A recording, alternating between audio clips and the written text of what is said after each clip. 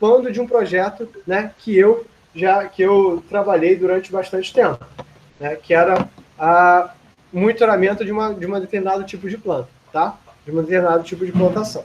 Então, a primeira coisa em qualquer projeto IoT que você venha fazer é se fazer a seguinte pergunta: o que você quer monitorar? Né? Sem saber o que você quer monitorar, você não tem o que dizer. Então, quero monitorar uma plantação. Primeiro de tudo, não existe monitorar uma plantação. Eu quero monitorar um prédio. Não existe monitorar um prédio. Né? Eu quero monitorar uma usina hidrelétrica. Isso não existe. O que você monitora é alguma variável dentro desse problema. Tá? É uma ou algum conjunto de variáveis. Então, um primeiro pedaço de qualquer cenário de IoT é: você tem que gastar um tempo entendendo qual é o teu cenário, tá bom? Você tem que gastar um tempo tentando entender qual é o cenário que você quer monitorar, qual é o problema, quais são as variáveis que você precisa enxergar. A plantação era de palma, a gente já vai chegar lá, mas isso não é relevante para o problema ainda.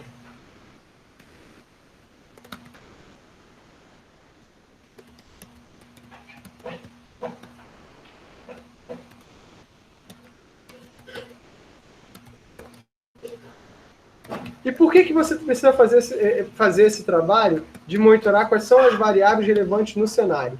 Porque mesmo, a gente vai ver que esse caso em particular, ele é um caso um pouco diferente das outras plantações, mas quando você tem uma noção muito clara do que é normalmente monitorado no teu cenário, você consegue pensar o seguinte: no que não faz sentido. Por exemplo, não faz sentido eu monitorar dentro de um cenário de plantação um sensor tipo de radioatividade.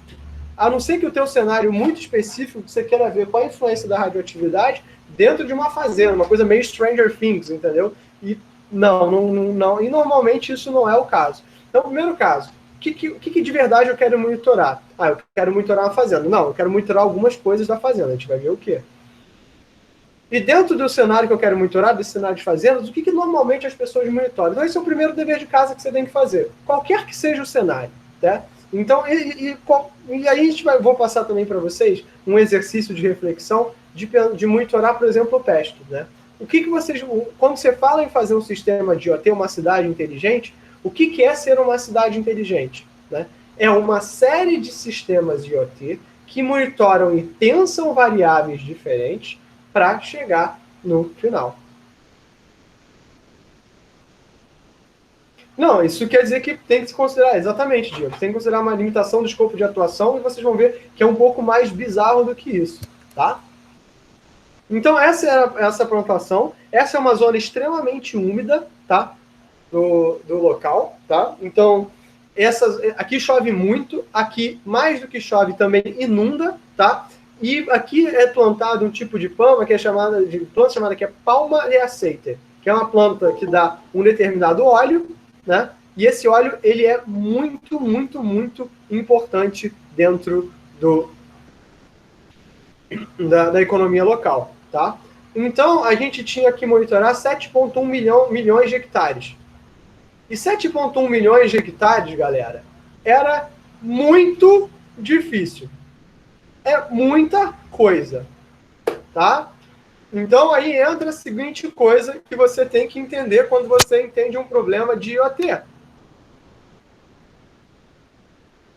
Tem que ter um monte de coisa, mas já vou chegar no engenheiro florestal. Na verdade, eu tinha uma equipe inteira de agrônomos, tá? Porque eram 7,1 milhões de hectares. Eu estou falando de muito dinheiro. Só esse lugar aí gerava por volta de 20 e poucos milhões de dólares por plantação. Mas só tem uma galera forte aí. Então, você chegou, inclusive, entendeu o cenário, entendeu o que normalmente se monitora e o que você quer monitorar, você entendeu o seguinte, né? Em que cenário que eu estava? Então, eu tenho agora uma ampla área de região, tá? Eu tenho um grande escopo de projeto com uma área de 7,1 milhões de hectares, tá? E aí você tem que descobrir o quanto é um hectare, tá? Porque, por exemplo, isso é uma coisa que você não sabe, por exemplo, quanto é uma jarda? Eu não faço ideia de quanto é uma jarda, né? Cara, eu fiz como docente universitário. Isso aí não foi um projeto do governo da Colômbia. Eu estava dando aula para a Universidade Autônoma de Bucaramanga. Eu fiquei lá 2 anos trabalhando como... Trabalhando não, né? Tipo, como colaborador do projeto de pesquisa. Várias das coisas que o LabNet tem hoje vem desse projeto, né? Vieram desse projeto. Então, foi um período muito interessante. Foi um período muito interessante, mas era... E a gente conseguiu ganhos bastante significativos. Então, olha só o cenário. É uma fazenda, beleza. Então, tem que estudar o cenário de fazendas. Eu tenho que estudar o que tem, quais são os sensores comuns de fazenda, eu tenho que estudar quais são os jargões de fazenda. Agora eu estou dizendo para você o seguinte, vocês têm que estudar a topologia do local. 7,1 milhões de hectares. Mas 7,1 milhões de hectares são diferentes de hectares de áreas circulares, de áreas retangulares. O que é razoável? Hectare, em geral, é algo retangular, tá? Então, isso já dá uma facilitada no nosso cenário. Então, a partir de agora, só, vão escrevendo isso aí num arquivo, num papel, para vocês darem uma olhada depois disso aí. Né? Quais são os cenários que a gente está trabalhando. Então, mais do que isso, então eu tinha uma planta... Aí entra o seguinte, dentro desse cenário, como é que é a cultura dessa planta? Né? Porque se você vai estudar o cenário de fazendas inteligentes sozinho, vocês vão ver que existe... Não, a FARC é lá embaixo, é tranquilo. Isso também foi uma coisa que me falaram na época. Então, acontece. Mas, então, assim, esse cenário da Palma, quando você estuda o cenário de fazendas inteligentes, você vê o seguinte, que normalmente um dos problemas que a gente tem é o problema da agricultura de precisão. Que é basicamente o seguinte, basicamente é você trabalhar com sistemas de irrigação inteligentes, porque as plantas, em geral, precisam de água, tá? E eu vou dizer em geral, porque vocês vão ver que não é o caso dessa planta, né? Quer dizer, essa planta precisa de mais água que normal. Então, na verdade, você precisa verificar o quão seco está o solo. Mas olha só que interessante o caso da palma de azeite. A palma de azeite, ela é uma planta de inundação. Então, não só você tem que monitorar agora as variáveis, como você tem que descobrir o tamanho da tua plantação, como agora você tem que medir o conjunto da água. O volume de água tem, porque essa é uma planta de inundação. Essa é uma planta que era um pouco desagradável, porque ela tem que ficar inundada durante um determinado período, ou seja, isso é praticamente um pântano,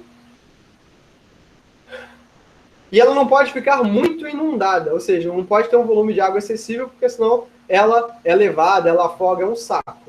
Né?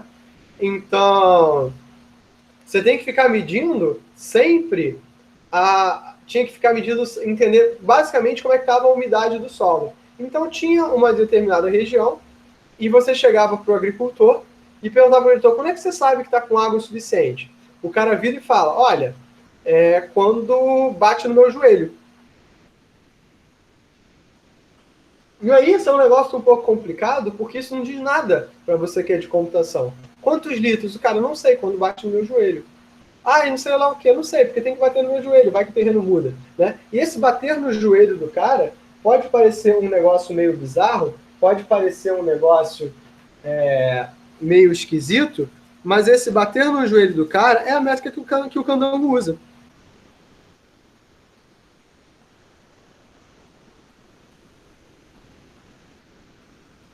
É assim que ele aprendeu.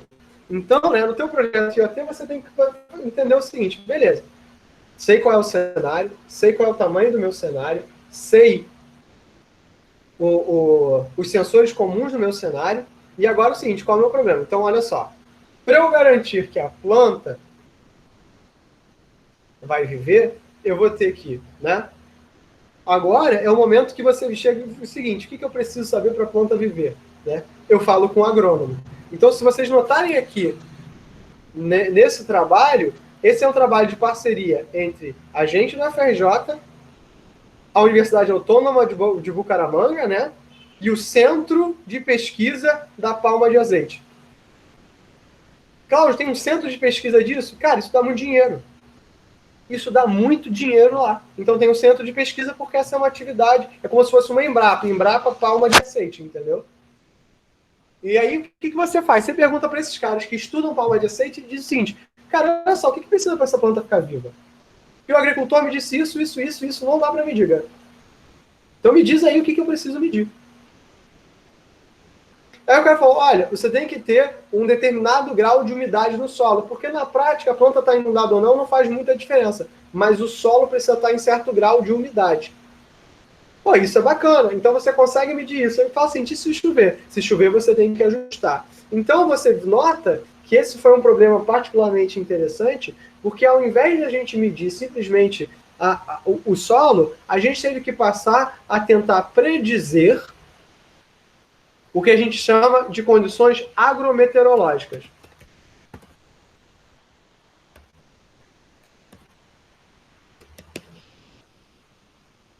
E a mesma coisa aconteceria se você fosse medir um prédio, por exemplo. Né? Se você fosse medir um prédio,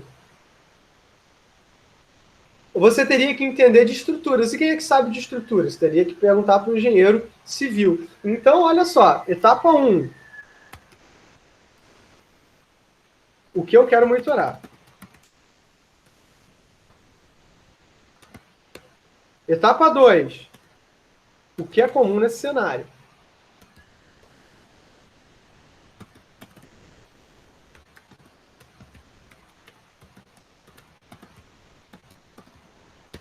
Etapa 3. Qual o tamanho da área monitorada? Tamanho e relevo. E a gente vai chegar lá porque é importante.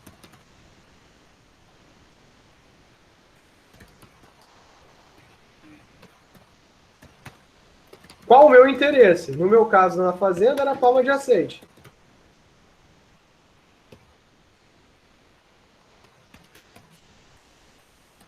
Como eu atinjo o meu objetivo? Ou seja, como eu mantenho a planta viva? Etapa 6. Contratar especialistas de domínio.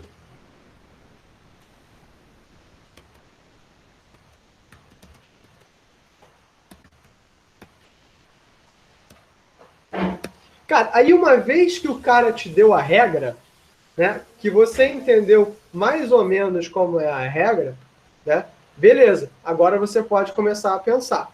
Né? E agora o que você tem que pensar, começar a pensar? Pensa topologicamente.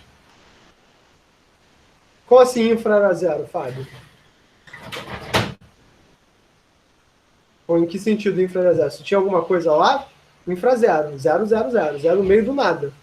No meio do nada, não tinha rede, não chegava banda larga lá, você vai ver que foi um sufoquinho. Não foi legal, não. Graças a Deus eu nunca fui de mãos abanando, né? E assim, eu tinha uma equipe muito boa trabalhando nesse projeto, porque aquilo lá. E aí que entra também, tipo assim, mas isso não entra, eu vou chamar isso de fatores fora do negócio. Então, cumpriu esses primeiros 6 passos, você se preparou, porque eu chamo de. Você fechou a fase 1, que é a preparação.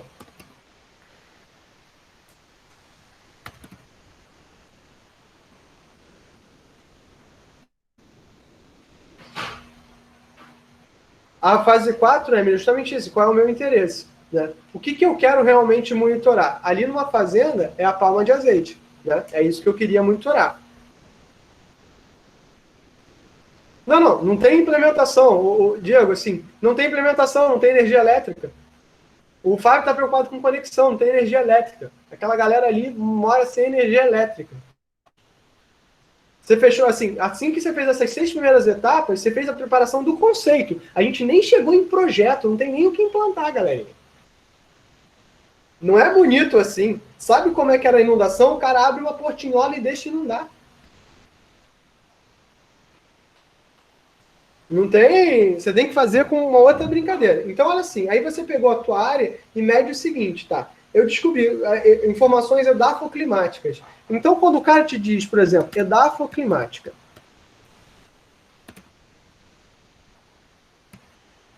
o que isso quer dizer? Quer dizer que a fazenda em si Né? E aí que eu acho que IoT é a área mais legal de estudo da computação hoje, porque você vai estudar áreas completamente não parecidas com o que você aprendeu na tua graduação. Então, por exemplo, eu tive que descobrir o que eram informações edafoclimáticas. O que é o edafoclima? Né? É como aquele microbioma ele afeta o bioma geral em volta dele, ou seja, como aquela plantação ela gera respiração na planta, vai gerar gás carbônico, vai gerar umidade, vai gerar oxigênio, e isso sobe para a atmosfera, modifica o microclima e pode gerar chuvas.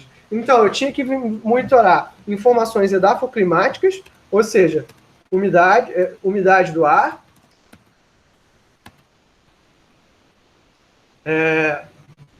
tinha que medir CO2, o que mais que eu tinha que medir naquela época? Não, só de edafoclimática, só umidade do ar e CO2.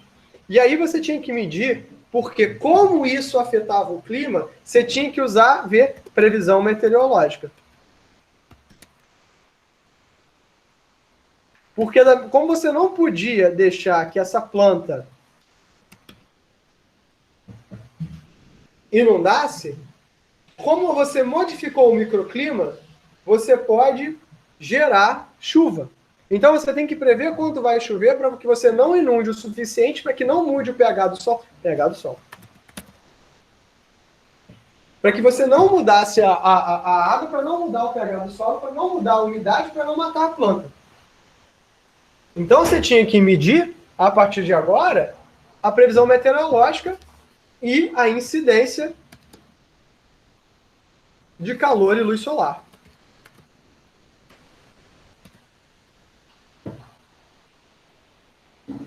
Pronto. Mapeei, esse foi o passo 7. Mapear as unidades de sensoriamento. Nota que eu não mapeei o material. Eu mapeei agora exatamente... Calma, eu tinha... A gente vai chegar lá. Assim, eu não ainda está nem no comecinho do projeto, Fábio. A gente está só tateando o que talvez eu pudesse, precisasse, seria ideal o quê? Né? E você vai ver que a história foi muito menos bonita do que parece que foi. Né? E pensa o seguinte, com a sorte que vocês têm disso não ter sido a dissertação de vocês, porque foi a dissertação de uma aluna minha. Então, foi. Então, né, uma vez que você chegou nisso aqui, que você descobriu quais são as unidades de sensoriamento, você descobriu qual é o seu problema, sabe o teu relevo, você tem que se preocupar com o passo 8. Qual é o alcance? Em quantos pontos eu devo monitorar?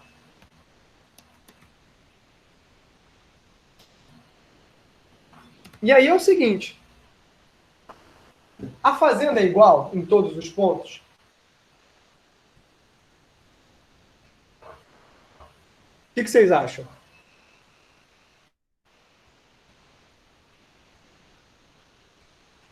Com relação a quê? Em relação a qualquer coisa, ela é igual a todos os pontos? Eu vou estar monitorando as mesmas coisas em todos os pontos da fazenda? Acho que não. Na verdade, eu vou estar monitorando as mesmas coisas em todos os pontos da fazenda, mas os microclimas são diferentes. E quem sabe disso não é você de informática, é o cara de agronomia. Então, o cara disse aí, cara, você tem que monitorar em vários pontos da fazenda para você fazer uma fusão redundante e complementar. Redundante porque eu vou ter que ter mais de uma estação por área, né? Mais de uma medição por determinada área, para eu poder ter certeza. E ela é complementar no sentido que a fazenda é muito grande para que um único conjunto de sensores meça. Cláudio, como é que você sabe, né, que essa fusão que não cabe? Porque no item 1.1 de como eu devo monitorar, eu tenho que preocupar assim, qual o alcance da minha unidade de sensoriamento. A gente falou de diversas tecnologias de camada 2 e 3, que manda dado com essa distância, com isso e com aquilo, e que vai... Dane-se, nada disso importa. A primeira coisa que você tem que se preocupar é o seguinte: qual é o alcance da minha unidade de sensoriamento? Ou seja, se eu tiver um sensor de temperatura, qual é o tamanho da área que ele está medindo? Por exemplo, pensa na sala da tua casa. Se você põe um sensor de temperatura na tua janela, ele é muito diferente do sensor de temperatura que vai estar na tua parede? Na parede oposta? Se a resposta é sim, em qual você confia? Vamos lá, gente. Essa é a pergunta. Numa média ponderada dos dois? Por que uma média ponderada? Por que ela tem que ser ponderada? E ponderada pelo quê?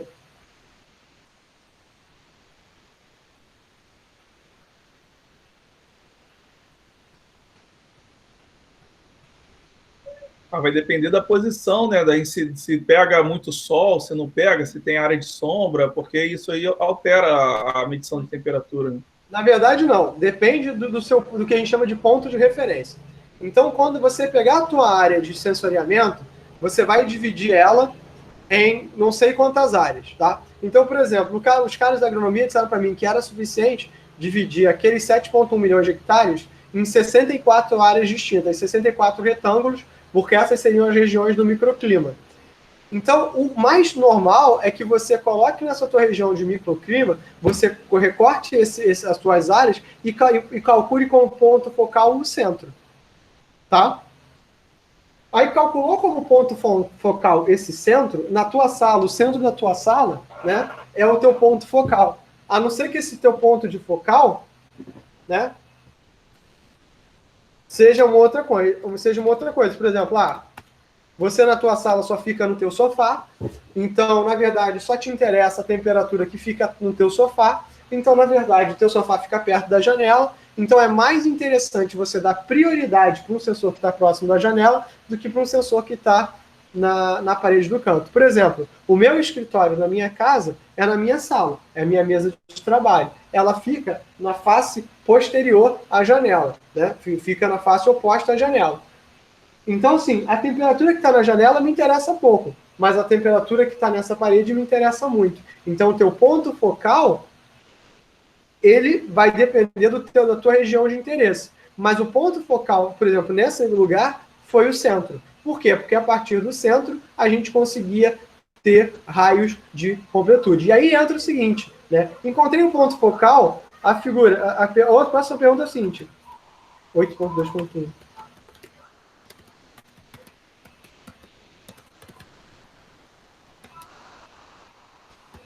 Qual o alcance dos seus sensores? Eles cobrem essa área como um todo?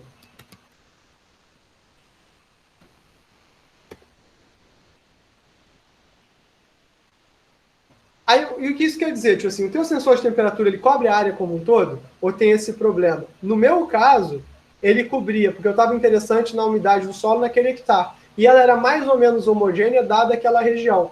Inclusive, foi assim que os agrônomos dividiram. Eles dividiram dessa forma. Ou então, por exemplo, quando você for perguntar, por exemplo, para o engenheiro civil, quando ele for falar de estrutura de prédio, ele for medir a viga, ele vai provavelmente querer medir cada viga individualmente, em determinados conjuntos de andares, porque são as áreas que estão distribuindo o peso. Então, aí que entra uma das coisas que eu aprendi na MAR, que foi o seguinte: por que diabos alguém de computação estuda física? Estuda física para poder entender esse tipo de problema, né? Que não é trivial se você não entende chongas de física. Cláudio, você é bom de física? Eu era um péssimo aluno de física na faculdade. E aí, o que você fez quando você chegou nesse tipo de problema? Eu fiz o que eu devia ter feito quando eu estava na faculdade. Sentei e estudei. Muito.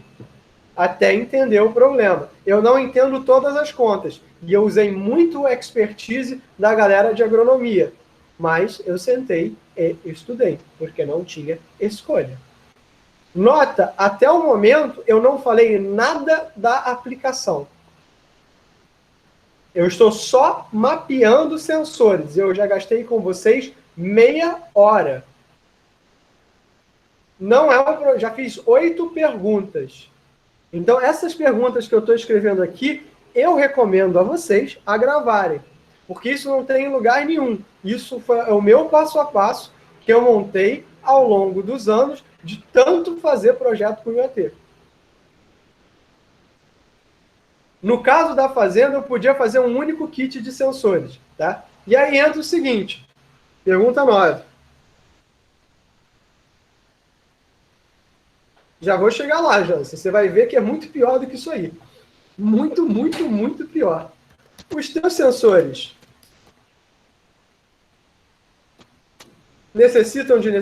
precisam de recursos especiais?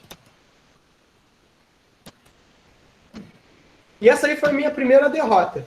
Qual foi a minha primeira derrota? O governo colombiano subsidiou todo o projeto, tá? Porque essa era uma área estratégica, eles estavam querendo. Então, assim, todo o custo do projeto para a gente foi zero. Então, quando a gente especificou sensores resistentes à umidade. E a gente falou, pô, a gente é muito esperto, a gente pensou em tudo. Por quê? O solo vai estar úmido, a gente vai botar água e vai dar tudo certo. Aí esses sensores, né? Assim, todos esses sensores, eles ficaram, tipo assim, a gente falou, compramos os sensores que estão adequados. Não duraram uma semana.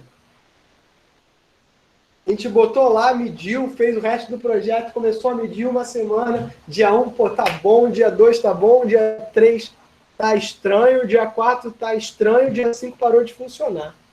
O que aconteceu?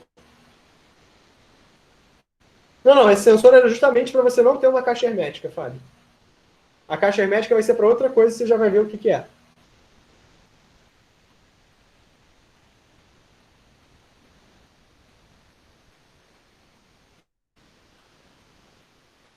João, essa coisa também a gente já vê. Isso aí a gente está só arranhando o projeto, a gente está só brincando. Está só fazendo carinho. Calma que vamos chegar lá. Existe um grau de umidade que os sensores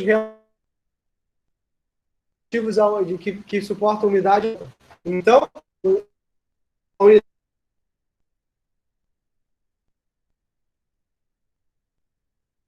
que é a unidade de sensoramento, né? Então,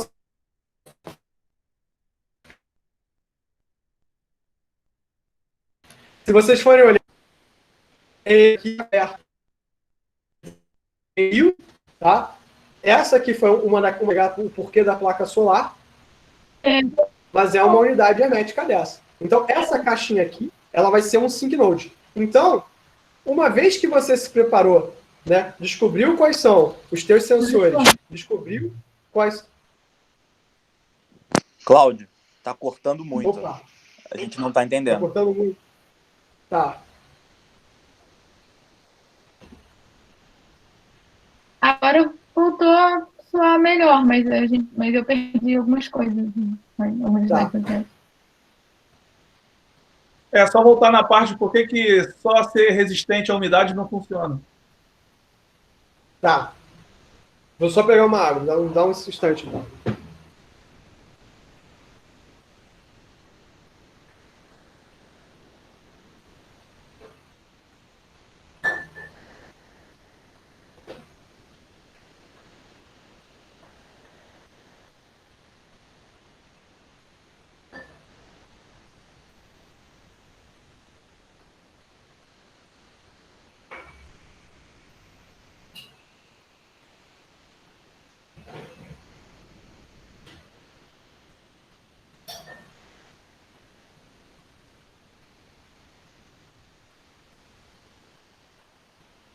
Tá, então vamos lá. Os sensores têm limites os sensores têm limites das características que eles têm, que eles podem assumir, tá?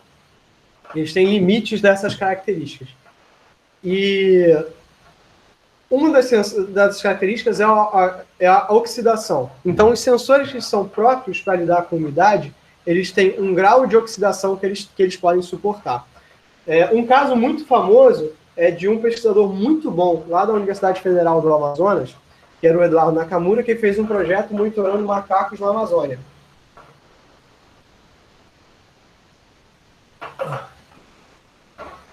Esse projeto dele passou pelo mesmo problema. Ele botou os sensores na mata e os sensores oxidaram. eu já sabendo que isso existia, comprei justamente sensor que resistia à umidade. Ele não resistiu à umidade. Acabou que eu tive que usar um sensor subaquático, porque esse não oxidou, que é justamente esse que está aqui na figura. Tá? E aí, uma vez que você fez isso, você vai para o ponto 10, que é o planejamento de cada ponto de coleta. O que é o ponto de coleta? No meu caso, foram aqueles hectares divididos pelo pessoal da agrometeorologia. No caso de uma casa inteligente, pode ser os pontos onde você vai colocar o sensor.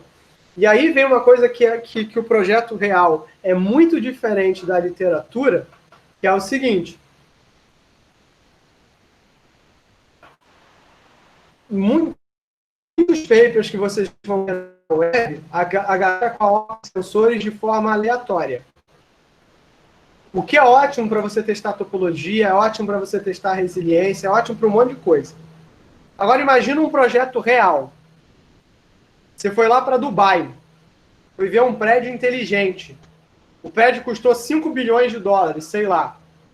Esse cara botou o sensor aleatoriamente?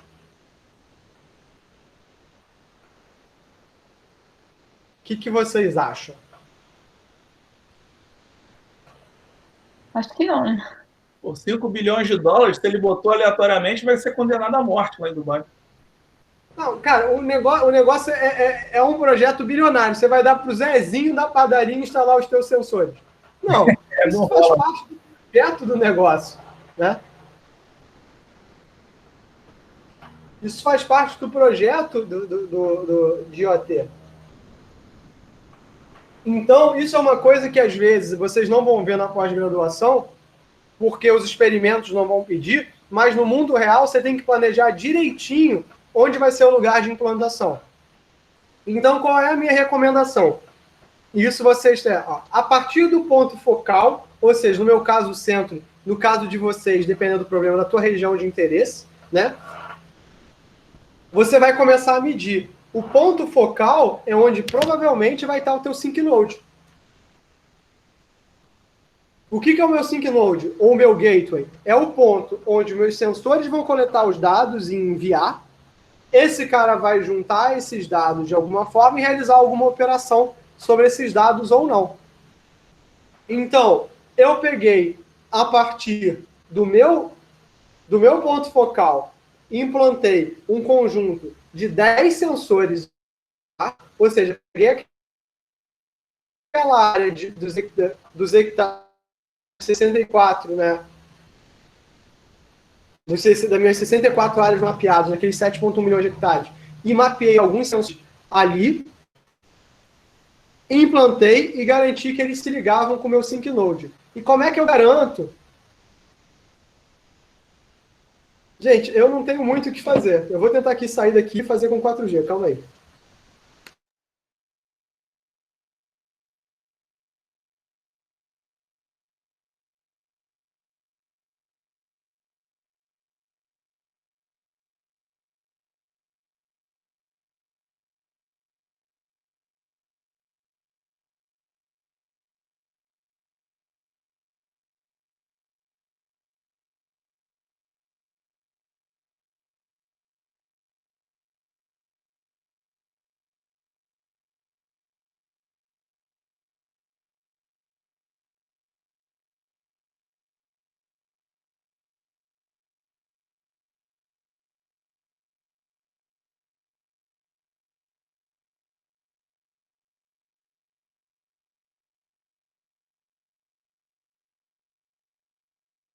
Vê se melhora agora que eu vou tentar do 4G. Desistir da Claro. Tá indo bem. Melhora? Tá indo bem. Hã? Tá indo bem, tá indo bem. Tá indo bem, tá indo bem. Tá, então vamos lá. Então vamos voltar aqui. Isso cara, é inacreditável. É inacreditável. Enfim, vamos lá, senão eu desanimo de vez, aí começa a chorar em posição fetal no chão. Aí fica feio, né? Professor universitário chorando em posição fetal no chão. Que bom que a câmera está desligada. Então vamos nessa. Então, você mapeou o ponto focal, espalhou os sensores naquela tua região de interesse, ou seja, naquelas 64 áreas que a gente tinha mapeado, e aí o que eu tenho que garantir? Eu tenho que garantir que dentro dessas áreas eu alcanço, né? Então, eu estava no 10. O que eu tinha escrito como número 10? É que eu perdi as informações do chat. Planejamento de cada ponto de coleta. O quê? Planejamento de cada ponto de coleta. E os dois falaram mesmo. Planejamento de cada ponto de coleta. E o que inclui no planejamento de cada ponto de coleta? 10.1. Quantos sensores? Né? Sensores. E cada sensor vai ter uma ou mais unidades de sensoriamento. Tipicamente, vocês vão ver que os meus sensores tinham várias unidades de sensoriamento. Quais protocolos? Quantos gateways?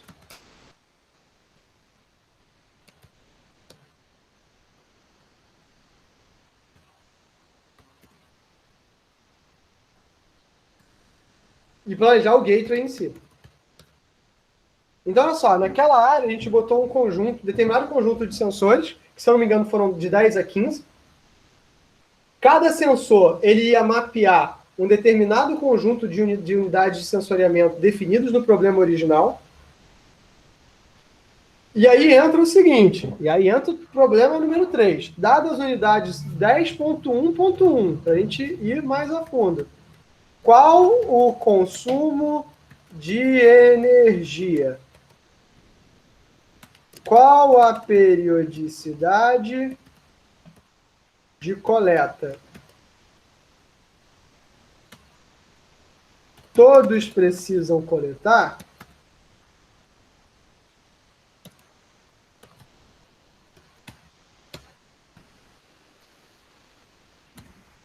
Bateria. Calma, fale. Só para entender, no meio dessa área aí tinha um gateway fazendo esses 10 sensores em estrela, uma rede em estrela, é isso? Isso, uma topologia bem estrela. Aí quando você vê lá no 800... Em cada uma dessas 64 áreas mapeadas tinha um gateway, uma topologia em estrela. Ou mais. Ah, tá. Vou chegar lá. Entendi. Um ou mais. Então, assim, qual é o mínimo viável? O mínimo era ter esses 10 sensores que a gente mapeou pelas regiões de interesse, né? Porque que a gente chegou? Cada uma dessas 64 regiões pode parecer, mas ela era grande. Mesmo essas 64 regiões, elas eram regiões grandes. Então, o que os agrônomos disseram para a gente? Olha, vocês não precisam se preocupar. Na verdade, como o que vai interessar para a gente é o solo, vocês podem mapear cada uma dessas 64 regiões em posições de solo diferentes. Cada uma dessas regiões podia ter um sensor e juntar com um gateway, né? E aí entra a seguinte questão. Qual a tecnologia qual o protocolo de comunicação que a gente ia utilizar? Então, eu precisava de ser um protocolo de comunicação de curta distância para ligar os sensores e os sensores ao gateway, mas que, ao mesmo tempo, também me permitisse que fosse um protocolo de roteamento. Porque, como mesmo essas 64 áreas elas eram muito... cada uma dessas áreas era grande por si só, eu tinha que economizar energia, né? Calma, João, que eu nem cheguei ainda. Eu estou ainda mapeando o problema do hectare. Eu estou indo de cima para baixo. A gente ainda vai chegar lá. O problema só vai ficando pior. Então, eu tinha que escolher um protocolo para esses sensores. Qual foi o protocolo de comunicação que eu escolhi?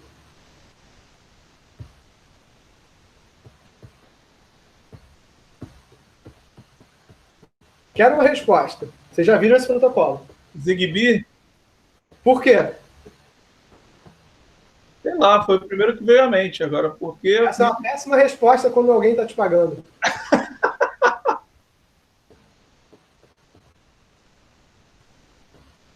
Não só, Luiz. Economiza energia. Essa é uma resposta preguiçosa. É um protocolo mais eficiente com relação à energia. Essa resposta é a mais piegas.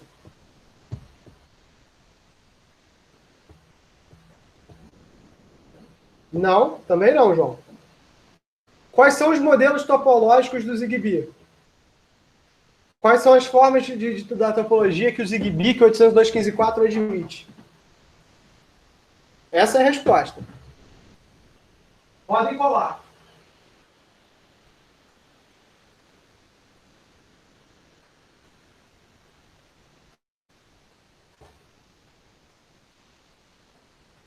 São 3 modelos de topologia.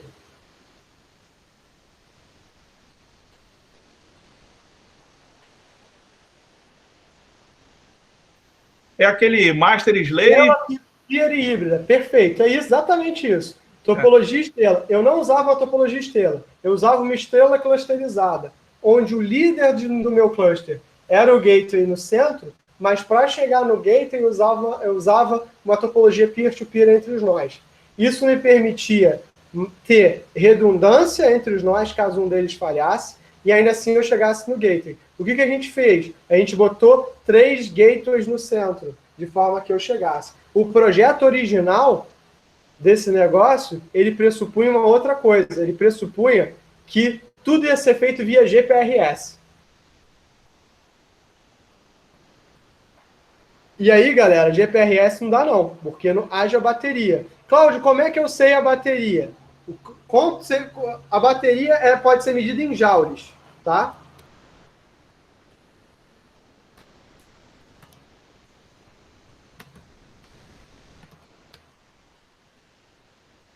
Então, o que eu tenho que fazer para medir, para saber o tempo de vida que vai durar? Eu tenho que, pensar na periodicidade de medição. 2, formato das mensagens que eu quero utilizar. Eu já vou chegar nisso aí.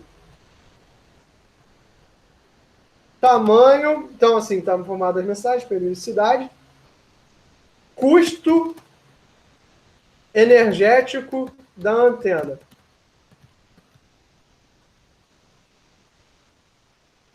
Já eram diferentes sensores para sensorial diferentes? Não, assim, eram diferentes sensores e cada sensor eles eram heterogêneos em termos de unidade de sensoriamento. Então, um sensor podia ter temperatura e umidade, outro podia ter umidade e CO2, isso variava. Já vou chegar nesse ponto também. Então, a primeira coisa que eu tenho que fazer é decidir o seguinte: cada sensor eles têm que estar equilibrados do ponto de vista de energia. Tá?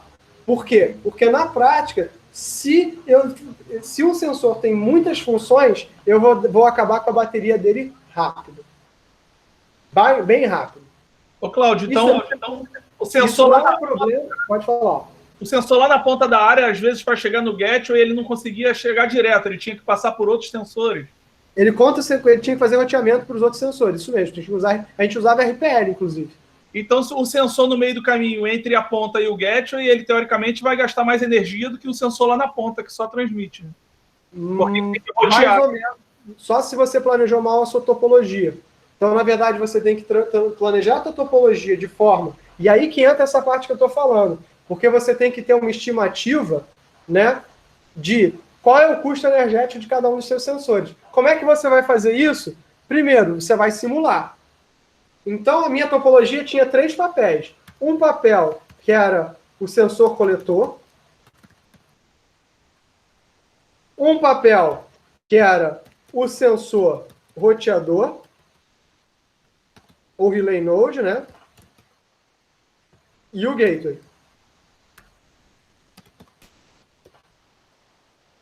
O sensor roteador, o sensor coletor, ele só coletava dados e enviava. O sensor roteador, ele tinha 2 papéis. Ele servia de relay node e ele fazia a filtragem dos dados. Então, eu já tinha um primeiro nível de fusão de dados no sensor roteador. Então, por isso que eu falei que o roteador devia gastar mais energia, né? Na verdade, eu não gastava, porque coletar gasta muita energia. Coletar gasta muita energia. Então, como é que você faz isso? Você vai ter que, para medir a energia, para simular, você tem que ir no datasheet de cada uma das unidades de sensoriamento e no datasheet do teu sensor e verificar o consumo de energia. Em geral, esse consumo de energia de operação está medido em joules por hora. E aí, olha só vocês tendo que estudar física de novo. Você vai medir isso em joules por hora.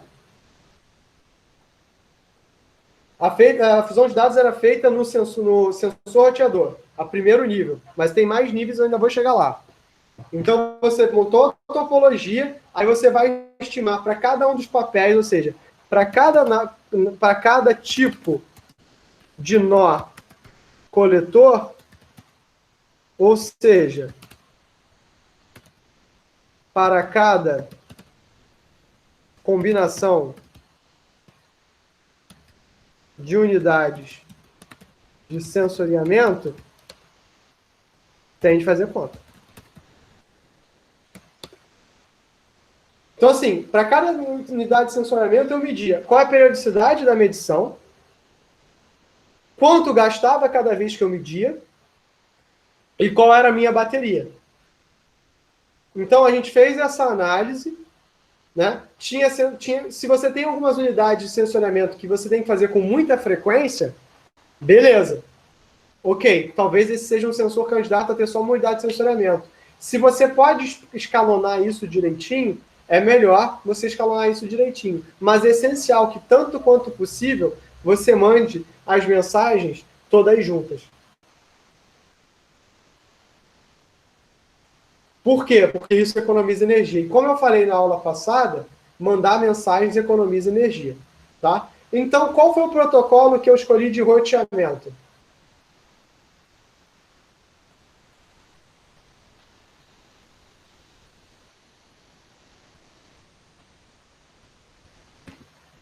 Estou esperando uma resposta. É o RPL, já falou. Bom, a gente foi de RPL, né? Por quê? Porque eu queria transformar isso em recursos acessíveis. O objetivo do projeto, gente, é que eu pudesse monitorar a fazenda e prover dados para esse centro de pesquisa de palma de azeite para eles poderem tirar as próprias conclusões, tá? Isso foi muito, muito, muito importante para a gente fazer o nosso trabalho. Tinha algum tipo de monitoria se o sensor vizinho ainda estava vivo? Na verdade, a monitoria se ele mandava mensagem, né? Se ele ficasse vários ciclos sem mandar mensagem, ciclos que era esperado, a gente imaginava que ele morreu ou quebrou, que para mim era a mesma coisa. Periodicamente, como era uma fazenda, periodicamente eu podia fazer a manutenção dos sensores. Mas tem ocasiões, gente, que isso não vai ser possível, né? Ou não é desejável, como, por exemplo, você fazer monitoramento de vulcão no Chile. Esse é um projeto que eu sempre quis fazer, eu nunca tive a oportunidade, né? Fazer monitoramento de vulcão. Mas deve ser extremamente desafiador. Mas, enfim, quem sabe, assim, para onde é que a vida vai me levar, né? Então, nesse caso, a gente fez todo esse projeto, fez com a RPL, mediu cada um dos sensores. Quando os sensores, eles mais ou menos gastavam a mesma energia, a gente usava os advertisements, João. Os mesmos advertisements que a gente usa para garantir que estava usando. Mas o ponto central aqui, gente, é que isso aqui não saiu da minha cabeça assim pô, o Cláudio é brilhante. Ele acordou numa bela manhã de sol e pensou em todos esses negócios. Onde é que eu montei essa topologia primeiro? No simulador, né? Eu usei o OmniNet. Mais Castalho. O OmniNet é um simulador de rede, muito famoso, tá? E o Castalho é um módulo que ele tem para redes de sensores.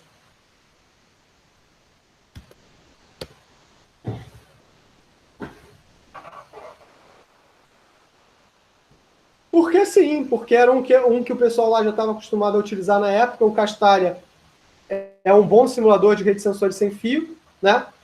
E, na verdade, a gente não ia utilizar um sensor que eu pudesse usar o Contic.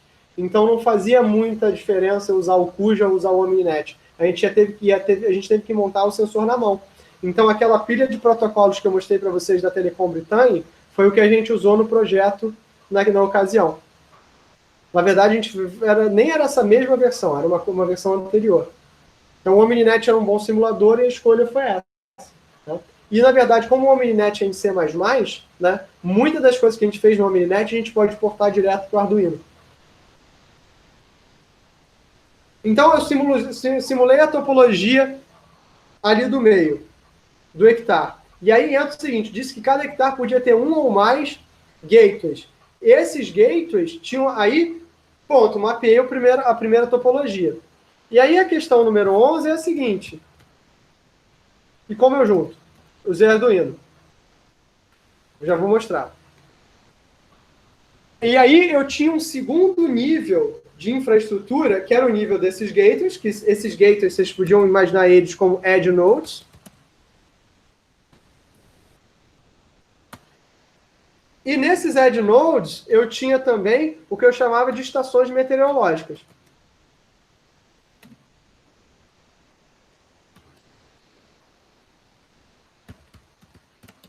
E essas estações meteorológicas coletavam dados sobre o microclima. Então, os meus sensores coletavam dados sobre a fazenda, e aí eu coletava dados sobre microclima dentro dos edge nodes, dentro dos 3 edge nodes. E o que fazia? A gente usava fusão de dados a nível de decisão,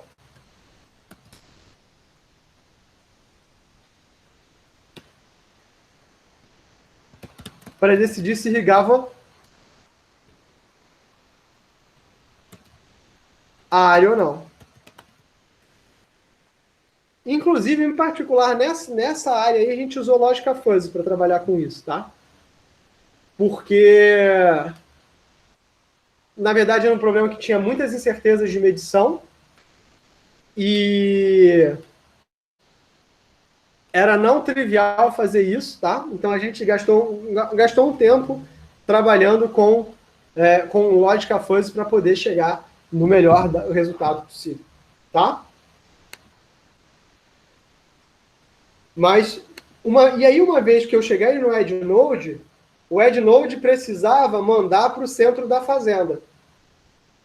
E esse centro da fazenda que ia se comunicar com fora. E aí, 2 anos, João. Mas já está funcionando faz quase 5 anos.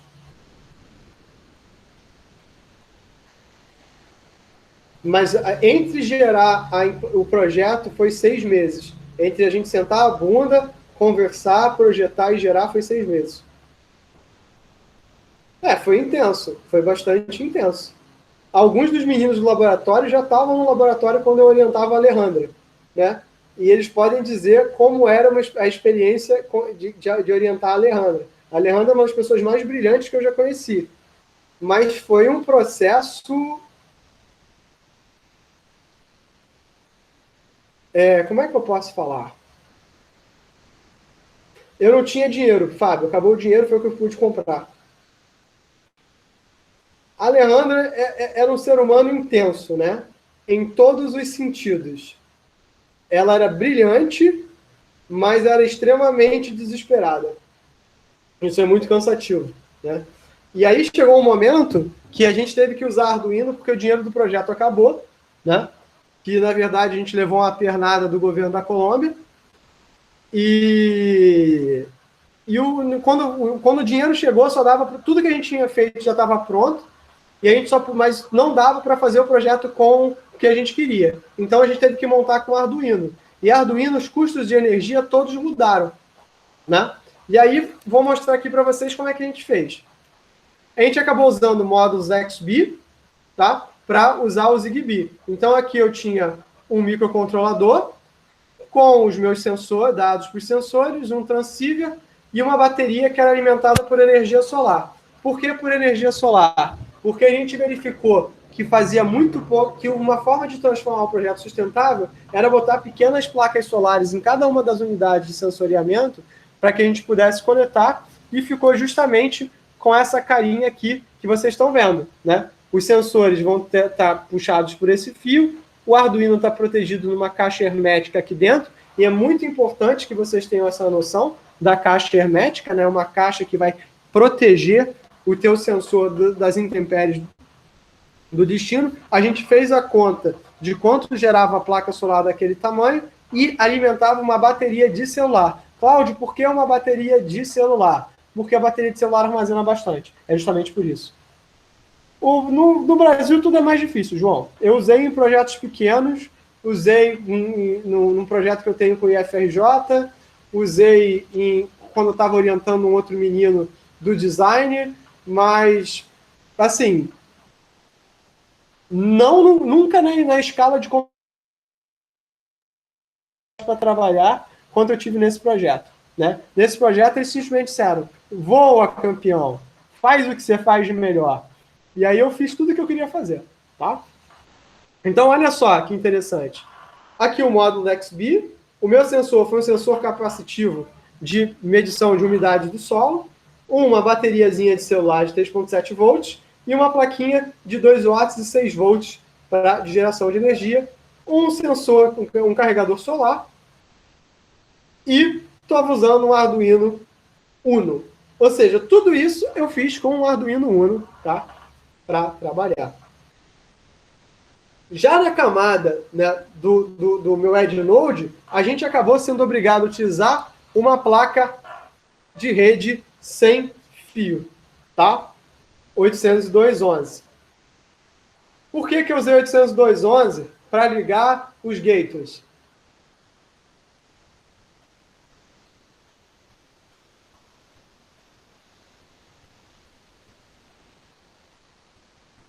Silêncio constrangedor.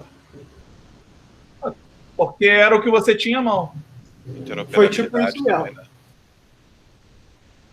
Stanley, foi mais porque é o que eu tinha à mão mesmo. Porque, na verdade, quando o Arduino, ele tem algumas dificuldades, né? Se você para pensar, quais as tecnologias que eu poderia ter usado? Poderia ter usado NB-IoT, mas na época não era popular. Podia ter usado LoRa, na época não era popular. Eu podia ter usado GPRS, mas, pô, dar um tiro de canhão para matar um problema pequeno. Então, a gente fez uma rede peer-to-peer, 802.11, uma rede mesh, entre os EdgeNodes da fazenda. E ao fazer uma rede mesh, eu garanti que caso um deles morresse, né, eu não perdia as informações como um todo. Então, eu tinha essa disponibilidade. E aí, o que eu fazia? As informações de coleta que eu tinha dos meus sensores, eu guardava no SD e mandava periodicamente para minha outra estação, tá? Só que aqui eu botava uma bateria um pouquinho maior, tá? Mas a bateria do EdgeNode era um negocinho mais robusto. 802 o consumo de energia foi lá para cima, né? O consumo de energia foi lá para cima. Então, calma aí. E aí chegou um momento. Então, nesse momento, eu cheguei nas duas fases, né? Eu coletei os dados, né? Eu já juntei os dados, e a partir do momento 12, como eu exporto esses dados? Como é que eu exporto o que eu coletei do meu ambiente? Né? Tem duas formas. A gente aqui, nesse momento, preferiu usar GPRS. E por que GPRS? Porque na época, GPRS é 3G, tá, gente? Usei um chip de 3G. Coletei os dados dos EdgeNodes, fiz um terceiro nível de fusão.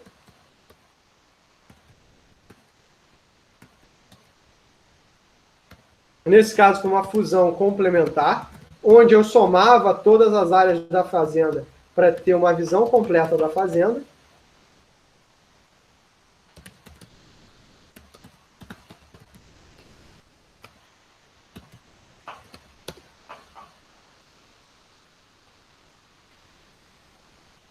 E aí sim eu mandava isso para fora. Cláudio, mas quantos sensores GPRS você tinha? Eu também tinha 3 em pontos separados da fazenda. E por que GPRS? Porque eu não tinha infraestrutura de rede dentro da fazenda. Então eu era obrigado a mandar para fora. Então, inclusive, a gente tinha que usar não sei se vocês já viram, né? Mas existem alguns dispositivos que eles são como se fossem antenas que reforçam o sinal do celular para aumentar a distância. Então, a gente fazia esse tipo de coisa, tá?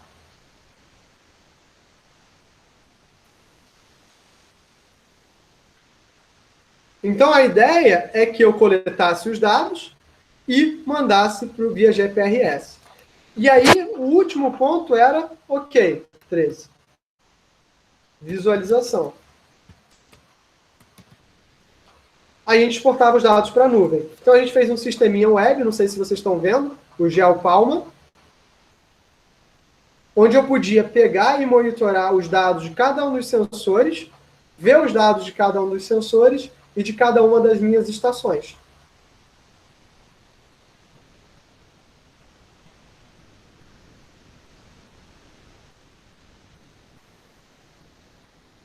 E aí, depois que a gente fez todas essas coisas, né, a gente verificou de novo, né, as distâncias, né, nos testes de campo. A gente viu que, né, em geral, a gente podia ter 143 plantas por hectare, tá? Então, se eu tinha 7,1 milhões de hectares, vê a quantidade de plantações que eu tinha, né? E que, na verdade, eu conseguia verificar cada um dos hectares por cerca de 100 metros. Então, era bastante poderoso o negócio. Eu tinha bastante espaço para trabalhar. A gente coletava a cada 5 minutos, né? Ou a nível de hectare, e a cada 15 minutos a nível de fazenda. Ou seja, eu nunca dava o deplete dos meus recursos locais. E quando eu chegava na nuvem, aí eu ia somar os dados meteorológicos do país com os dados meteorológicos que eu tive local. Na verdade, a Alejandra hoje trabalha na Bélgica, tá? Funciona até hoje. A Alejandra hoje trabalha na Bélgica, justamente trabalhando com fusão de dados. Ela teve um convite para fazer parte de um projeto de agronegócio na Irlanda e na Inglaterra, só que ela quis fazer o doutorado dela numa universidade de primeiro nível, né? Está falando da UCLA, de Vine, do Imperial College, e aí ela acabou que ela não... E aí uma galera da Bélgica contratou ela por valores que só podem ser ditos como obscenos. Mas, justamente porque a galera da Bélgica e da Holanda tem muito essa questão do agro forte neles. O projeto funciona até hoje. Né? Mudou um pouco a figura, né? Porque mudou o planejamento do governo colombiano, mas funciona até hoje. Então, assim, você tem que planejar muito bem essa questão, tá? Do estabelecimento. E a resposta que a gente teve foi um ganho de aproximadamente 40% de todo do faturamento da fazenda. Então, a fazenda faturava, 5,8 milhões de pesos colombianos por colheita, e agora ela passou a fazer, 7,8, 7,6. Era um valor, assim, bastante expressivo que dada essa infraestrutura. E o custo da infraestrutura, como vocês puderam ver, não era muito caro. Era até bastante barato para o porte do trabalho que tinha.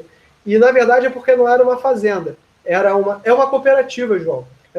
Esse modelo lá no interior da Colômbia é muito parecido com o modelo que a gente tem aqui. Várias famílias têm terras e elas plantam, só que lá nego é inteligente. As famílias, mais ou menos, se juntam, fazem o processo todos juntos e dividem pelo tamanho da área, entendeu?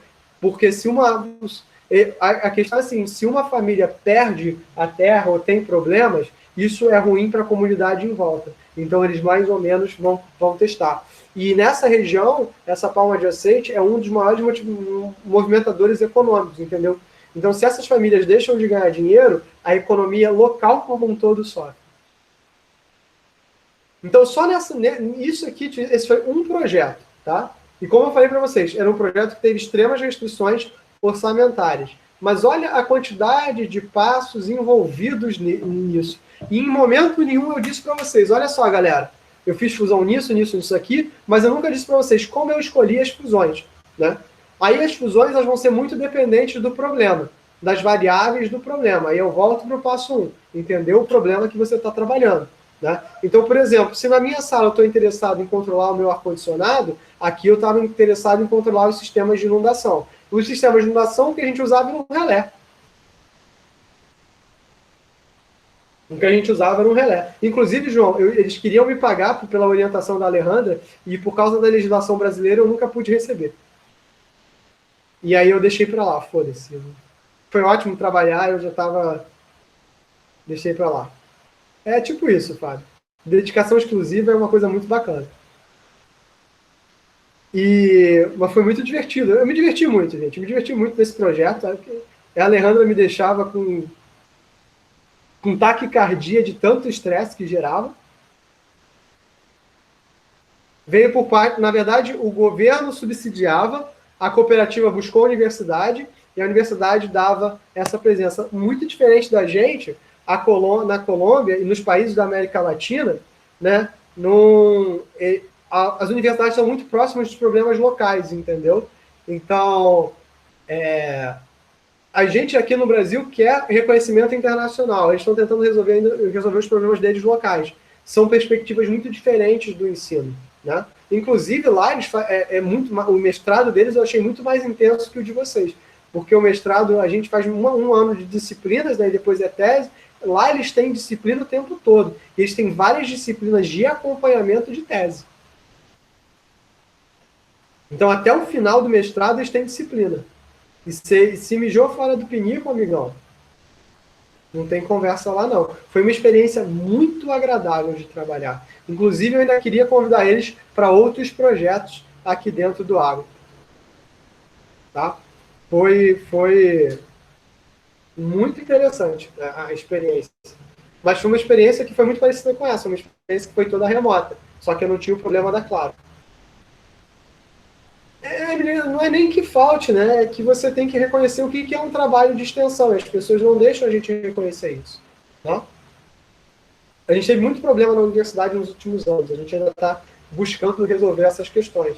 E até mesmo assim, sair um pouco dessa dicotomia do óleo e gás que a gente tem na COP e passar a ter uma dicotomia que agora está indo mais para a saúde, do agro. O trabalho de extensão, João, são 3 pilares que a universidade é avalizada. Ensino, que é o que a gente está fazendo agora, né? Estou mostrando a minha experiência prática, né? Depois de ter falado dos protocolos, e dizer o seguinte, olha só, gente, mostrei uma porrada de protocolos, mas não necessariamente essa porrada de protocolos vocês vão conseguir aplicar todos eles o tempo todo, mas vocês têm que pensar neles antes de tudo, e a extensão é o seguinte, pegar esse meu conhecimento de ensino e de pesquisa, pegar os alunos, ensinar para eles e botar eles para resolverem o problema da sociedade. Isso seria extensão. Normalmente a extensão na UFRJ, ou nas maior parte das universidades federais, é abraço, dá cursinho, não é realmente você aplicar alguma coisa no mundo real, entendeu? Então é mais divulgação, é fazer uma revista, e isso desmotiva um pouco, principalmente quem é da área de engenharia. Né? Então a gente tem que... mas esse é um modelo. Né? Por exemplo, participar do Vacathon ano passado foi uma forma da gente, né, fazer extensão. A gente pensou em soluções, e algumas, inclusive, muito interessantes. Mas, enfim, né, são coisas que acontecem. Então, o que eu quero que vocês entendam? Esses 13 passos são um passo a passo que vocês têm que seguir para todo projeto de IoT. Tá? Qualquer projeto de IoT que vocês venham fazer, vocês têm que seguir nesse passo a passo. Fez isso, você vai ter um projeto bem sucedido. Não fez isso, você provavelmente vai ter alguns problemas. Escolher os protocolos é uma decisão não só da sua tecnologia, mas do seu orçamento e do sensor que você tem disponível. Não adianta você dizer para mim que esse ano vai ser só online. Inclusive, ele vai ser para a América Latina como um todo. Não adianta você dizer para mim que você quer usar LoRa se o sensor que você compra só tem Wi-Fi, entendeu? Ou só tem GPRS. Então, quando a gente usou o Arduino, a gente se limitou às plaquinhas que o Arduino tinha. Tá? Então, assim, tem uma limitação tecnológica que vocês têm que tratar. E mais? Tomar cuidado com as taxas de coleta dos seus sensores, porque você pode estar consumindo energia sem ter necessidade. Verificar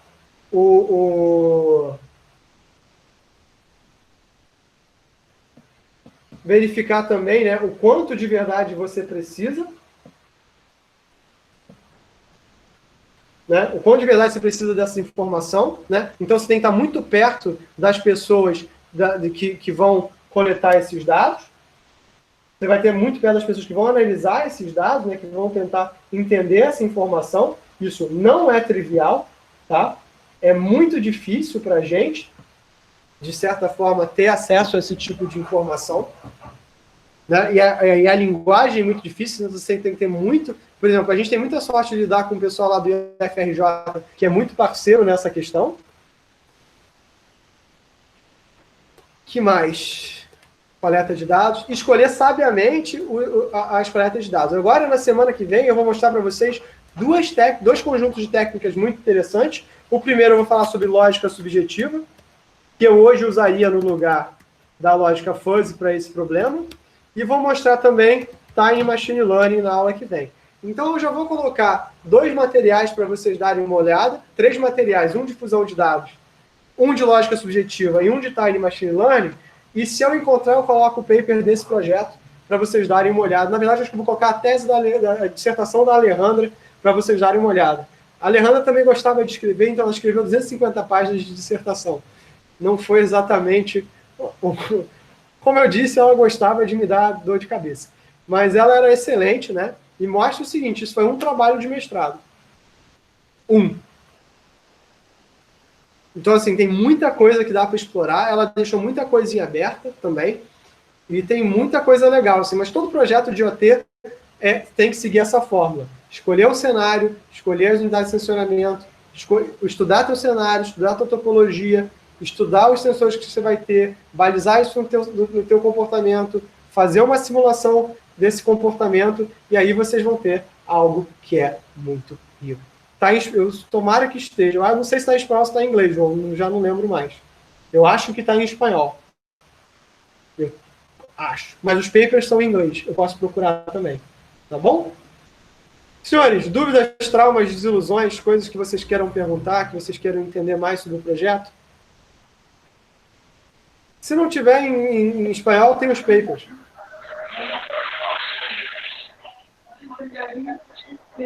Pode fazer uma pergunta? Pode?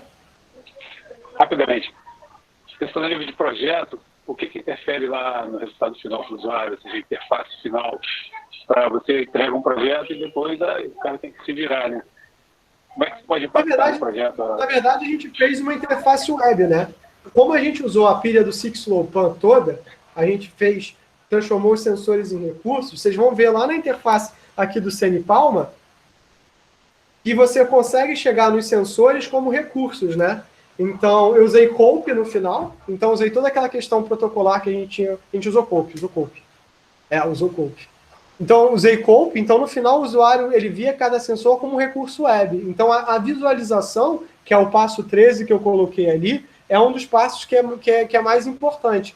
Porque eu tinha uma briga muito grande com a Lucy, que eu botava, tipo assim, redes que funcionavam de forma autônoma, né? Que não tinham saída para a rede. E ela virava dizendo, Cláudio, né, do que me adianta uma rede que não tem saída? Ah, mas ela funciona sozinha, ela atua sozinha, ela faz tudo sozinha, é o Robocop. Aí ela falava, deixa de ser burro, né? Não com essas palavras, porque ela era muito mais educada do que eu, mas ela dizia para mim, Cláudio, assim, você está sendo ingênuo, você está sendo incipiente, essa é uma frase que ela usava, e assim, então você tem que parar para prestar, que na verdade você precisa de uma saída, nem que seja para você ter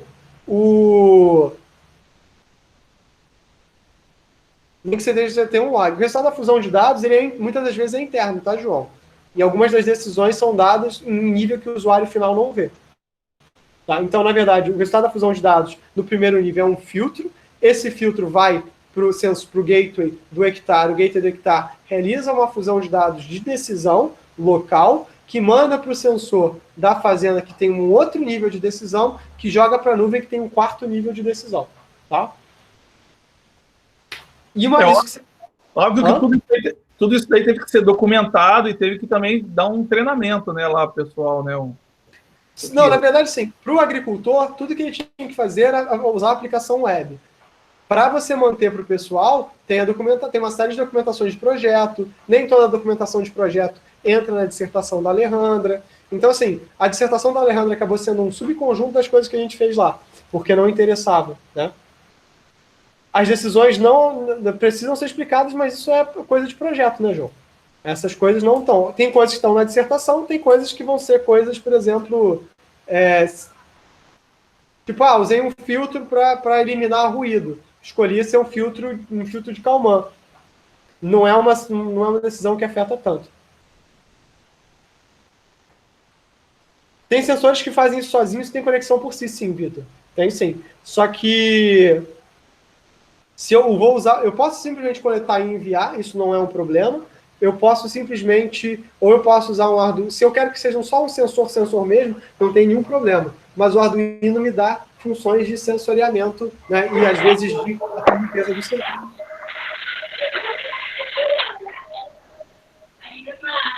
Diga, Josias. Ah, tá. Uma outra dúvida, rapidinho.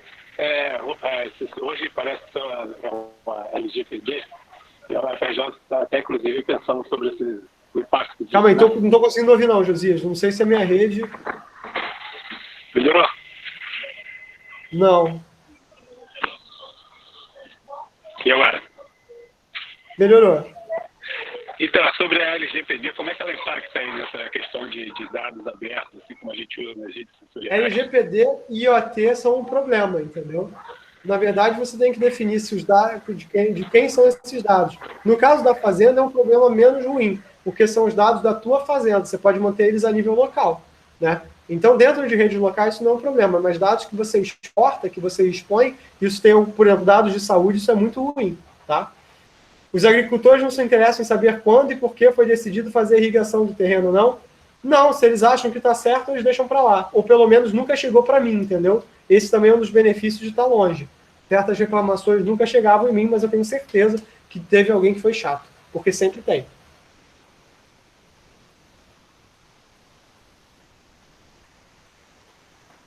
Sobre a LGPD, ok, Josias? Sobre...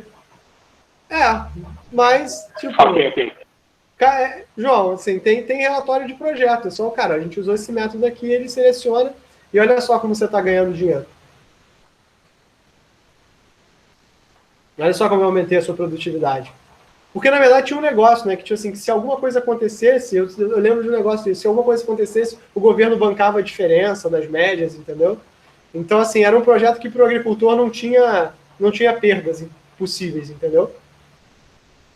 Então, assim, é o melhor dos mundos. Então, tipo, o cara plantava porque era normal plantar, se rendesse a mais, um a mais ficava para ele, então tinha todo o interesse que funcionasse, e o governo bancava o resto. Então, assim, achei que foi muito arrojado. Mas o pessoal da Colômbia é muito arrojado, inclusive é um dos locais que você não tem taxa de importação para produto eletroeletrônico. Então, cara, comprar certas coisas lá era muito barato. Muito barato. Então, foi assim, eu fiquei muito impressionado com a organização da universidade deles, eu fiquei muito impressionado com o target deles, né, que é sempre em problemas muito práticos.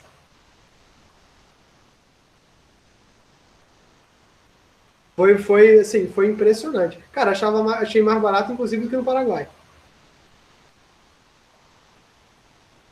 Cara, o preço deles é comparado com o preço dos Estados Unidos, sem sacanagem. Então, assim, foi muito em conta todas as coisas que a gente adquiriu lá do projeto. Acabou que nenhuma delas pôde vir para o Brasil, porque é importação, né? Mas assim, as coisas que tinham lá na Colômbia para fazer o projeto foi muito em conta. Transporte para a Colômbia é mais barato, isso também, com certeza. E o país é maravilhoso, tá? Vale muito a pena. Muito legal a Colômbia. Senhores, então, mais alguma dúvida, coisas que vocês queiram? Tipo assim, eu acho que isso aqui mostrei para vocês como é que é o passo a passo de um projeto, como é que faz a aplicação, né? Tomem cuidado com os alcances, né? Tome cuidado com a interferência. Uma dica que vale a pena é medir as faixas de frequência usadas. Nesse caso não tinha problema, mas no caso de um prédio vai ter, né? Então sempre tenta ficar usando os analisadores de faixa de frequência. Como eu falei, existe um Wi-Fi Analyzer para Android, que é um treino interessante, e que permite ver quem é que está na faixa de 2.4 GHz. Tá bom? No mais, eu acho que é isso, tá? Vou parar aqui a apresentação. Dúvidas, traumas, desilusões, curiosidades? Deve ter ficado um gostinho de podia ter feito melhor, né? Se tivesse verba à vontade, né? Para não usar o Arduino. Sempre fica. Imagina. Foi montagem mesmo, Gabriel. Foi montagem mesmo. No final a gente manteve assim, até onde eu fiquei foi montagem mesmo, mas eu tinha recomendado para eles fazerem um próprio hardware final. Fazer um hardware com o logo do Semipalm e tudo. Mas aí cai justamente nisso que o Fábio estava falando. Ficou com um gostinho de tipo assim, podia ter sido mais. Mas, cara, faz parte de projeto. Tem projeto que dá muito certo, tem projeto que não dá muito certo, e você vai ter que saber entubar essas coisas todas, lidar com todas essas situações. Né? Esse projeto, particularmente, deu muito certo, mas foi um projeto muito brutal.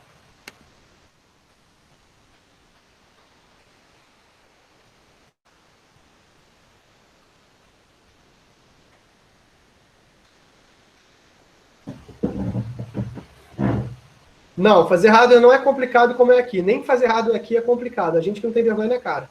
Eles lá têm uma indústriazinha pequena.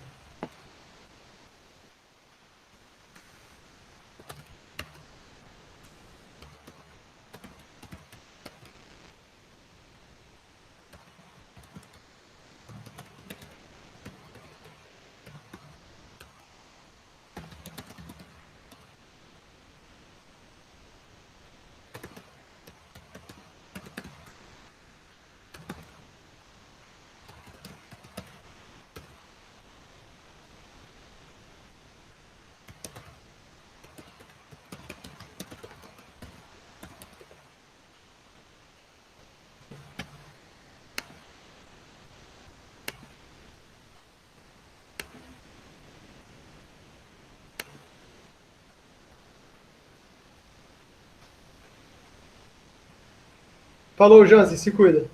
Mas é de boas. Mais alguma coisa, pessoal?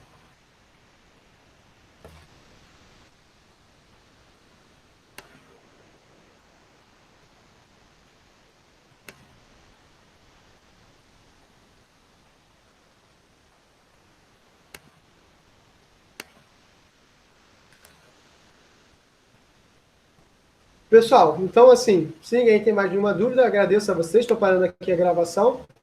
Desejo a vocês um ótimo